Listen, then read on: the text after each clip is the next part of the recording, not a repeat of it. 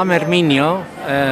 I came over with the Basque children in 1937 following the bombing of Guernica. Today is the 26th of April, which is the 75th anniversary of the bombing of Guernica by the German Condor Legion, and the international brigades have organized this evening to commemorate that event, not to celebrate but to commemorate it, in a pub in Islington. Everyone is here, connected and entire, to hold each other and say, thank you for your gift. This is what it is to live, so that somewhere else we will not die. This is what it is to die, so somewhere else we live.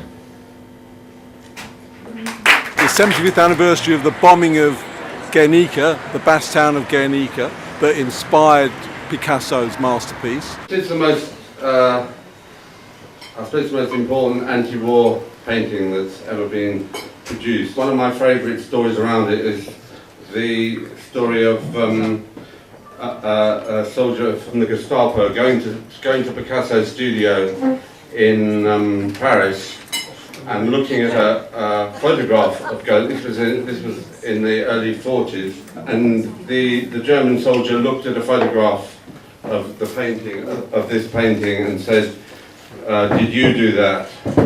And Picasso answered, "No, you did." Whether it's true or not, it's absolutely spot on in terms of seeing Picasso as a totally committed political artist. And he actually said some great things about painting that aren't very well known, so I thought I'd read out just a couple of them. Painting is not done to decorate apartments. It's an instrument of war for attack and defence against the enemy. So, it's a very strong comment. Tonight I represent the Basque Children 37 Association. It is the 75th anniversary this year since they came, which is May 1937. That's why my mother's here. That's why my mother came here. Because the Republican Basque government, the Prime Minister Aguirre, decided, understandably, been bombed, Bilbao been bombed, Durango, Guernica. It was the last straw. So we've got to get the kids out of here. You know, they're bombing everybody. We've got to get the kids out of here. It was strategy. It was tactical. It was planned out and agreed on. It was a favour dealt. It was a back scratched. It was the two birds with the one stone. It was an afternoon. It was a Basque town. It was a blueprint. It was a seed sown. It was a market day. It was late spring. It was a blue sky. It was children. It was church bells. It was one peal. It was bombshells.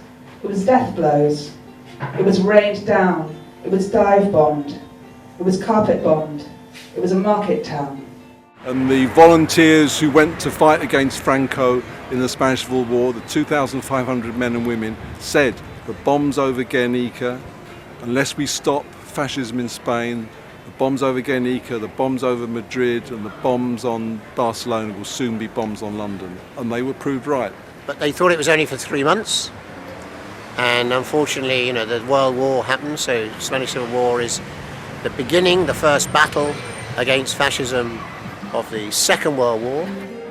So, por 3 meses, we heard our mother say, and to win, that we would take her, and it's there, for many years we were destined to stay.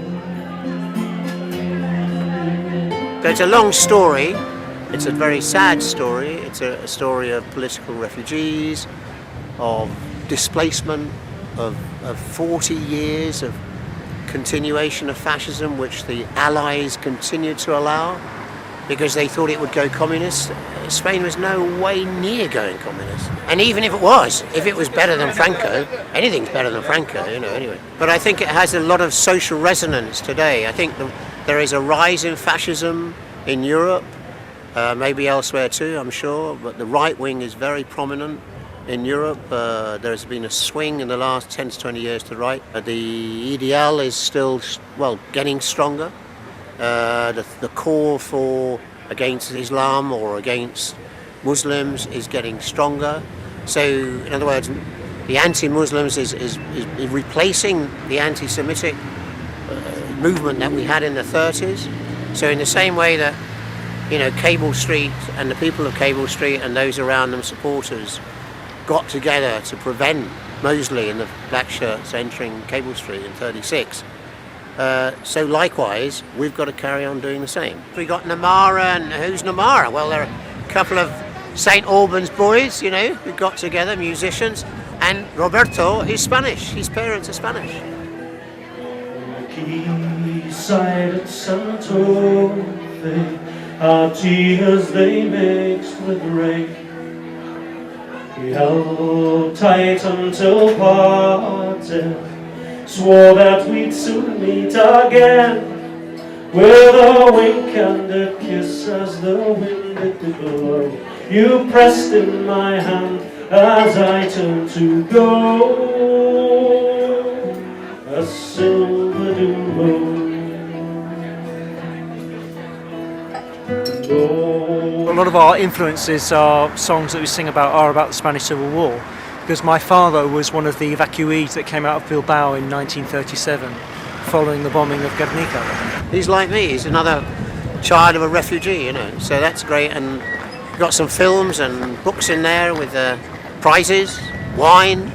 Well, I gather there's going to be a question and answer session about issues relating to the Spanish Civil War, so I'm looking forward to that. I mean, of course, in the Spanish case, the International Brigades was about a physical form of direct solidarity in the most personal and heroic way.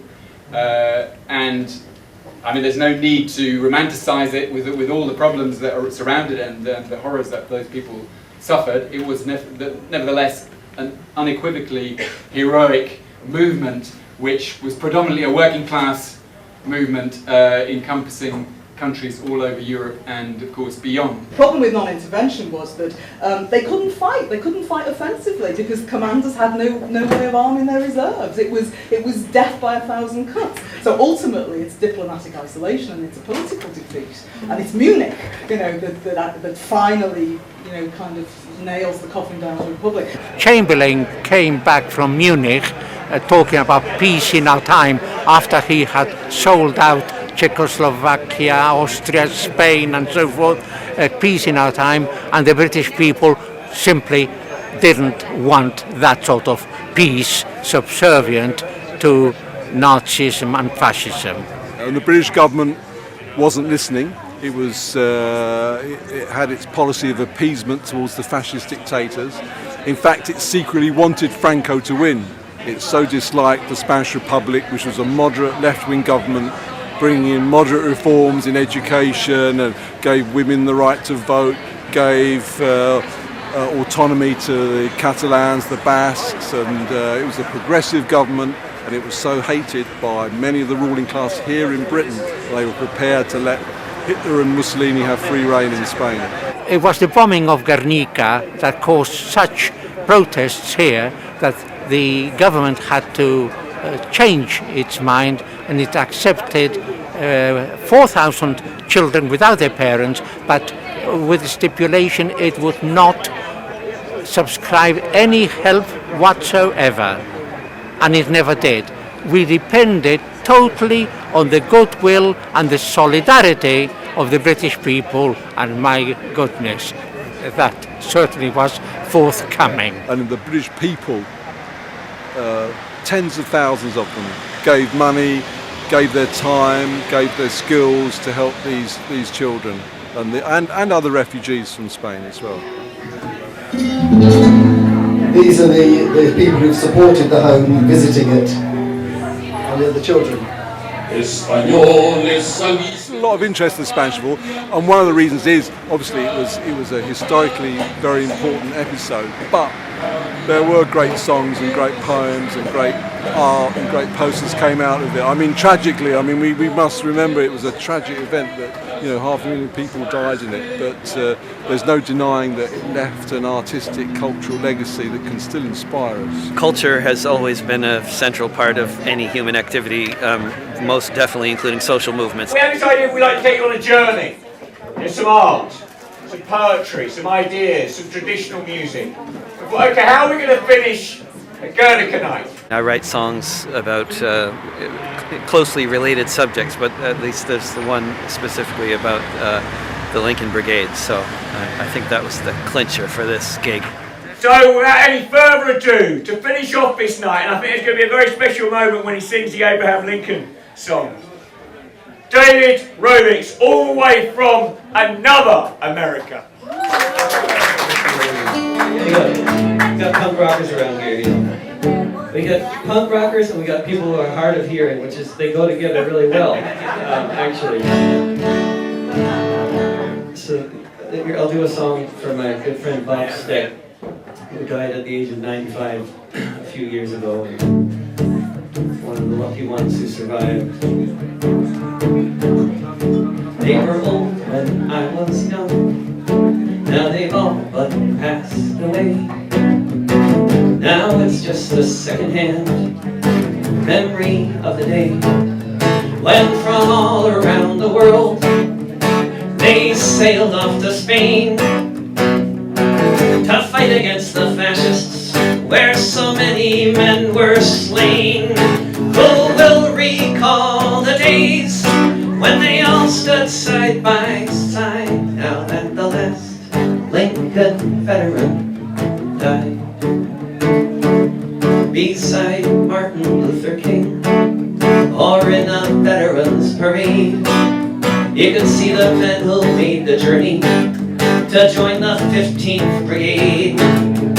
When men of many nations, of most every creed and hue, Catholics and Protestants, atheists and Jews, joined together in the trenches to turn back the fascist tide, now that the last Lincoln veteran died.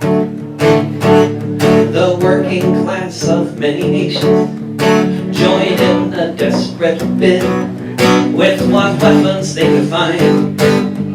They fought to save Madrid from Brussels and Berlin, Galway and London town. Who will recall the Brigadistas who went to take the fascists down? There beside the Spanish people, even the figs and olives cried, now that the last Lincoln veteran died.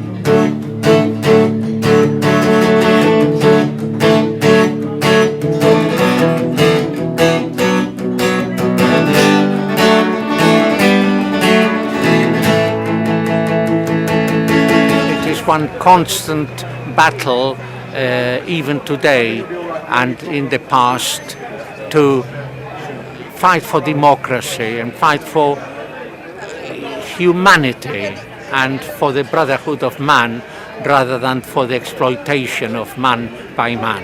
And he spent his whole life striving for humanity to thrive.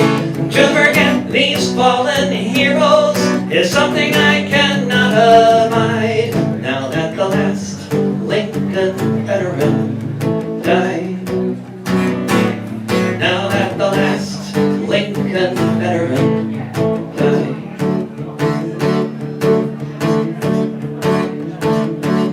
There's a valley in Spain called Jarama.